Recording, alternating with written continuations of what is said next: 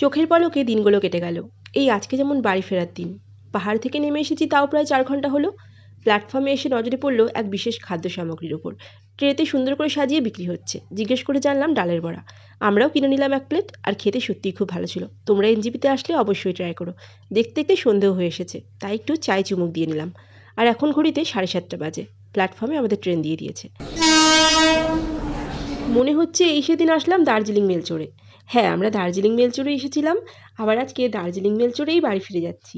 ট্রেনে উঠেই না আমার কেমন ঝালমুড়ি খেতে ইচ্ছা করে। তবে যেদিনকে বেশি ইচ্ছা করে সেদিনকে ঝালমুড়ি একদম ওঠে না। তাই ট্রেনে উঠবে কি উঠবে না তার জন্য দেখো আমি বাড়ি থেকেই অল্প করে সরঞ্জাম নিয়ে এসেছিলাম।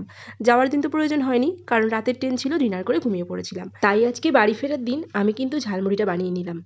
আর সঙ্গে করে পেঁয়াজ লঙ্কাও এনেছিলাম। যেহেতু ঠান্ডার জায়গায় যাচ্ছি তো ঠান্ডা, তার জন্য আর কোনো কিছুই নষ্ট হবে না। সাথে একটু সর্ষের তেলও এনেছিলাম। আর পেঁয়াজ লঙ্কাটা কোথায় কাটবো তাই একটা কাঁচি নিয়ে এসেছিলাম। এটা দিয়ে কিন্তু আমি বাড়িতেও মাঝে মাঝে পেঁয়াজ কাটি। বেশ ঝালঝাল করে ঝালমুড়িটা খাওয়ার পর এবার একটু মিষ্টিমুখ করতে ইচ্ছা করছে, কিন্তু মিষ্টি কোথায় পাবো। তার জন্য দেখো মিষ্টিমুখ করে নিলাম দার্জিলিং থেকে আনা কেক দিয়ে। দার্জিলিংয়ে তো প্রচুর বেকারি রয়েছে।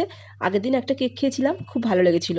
তাই বাড়ির জন্য কয়েকটা প্যাকিং করে নিয়ে এসেছি। তার মধ্যেই একটা দিয়ে আপাতত মিষ্টিমুখটা সেরে নিলাম। আর এখন ঘড়িতে 3:30 মতো বাজে। সবাই কিন্তু গভীর ঘুমে আচ্ছন্ন। আর হাতে বেশিক্ষণ সময়ও নেই, আর মনে হয় 2 ঘন্টা মতো আছে। অবশেষে দীর্ঘ রাস্তা অতিক্রম করে আমাদের ট্রেন ঢুকছে শিয়ালদা স্টেশনে। বিধাননগর স্টেশনের আগে প্রায় অনেকক্ষণ দাঁড়িয়েছিল। একরাশ সুখস্মৃতি নিয়ে ট্রেনের কামরা ছেড়ে প্ল্যাটফর্মে নেমে পড়লাম। এবার তাড়াতাড়ি বাড়িতে গিয়ে স্নান খাওয়া সেরে একটু ঘুমানোর পালা, কারণ শরীর এবার একেবারে ক্লান্ত।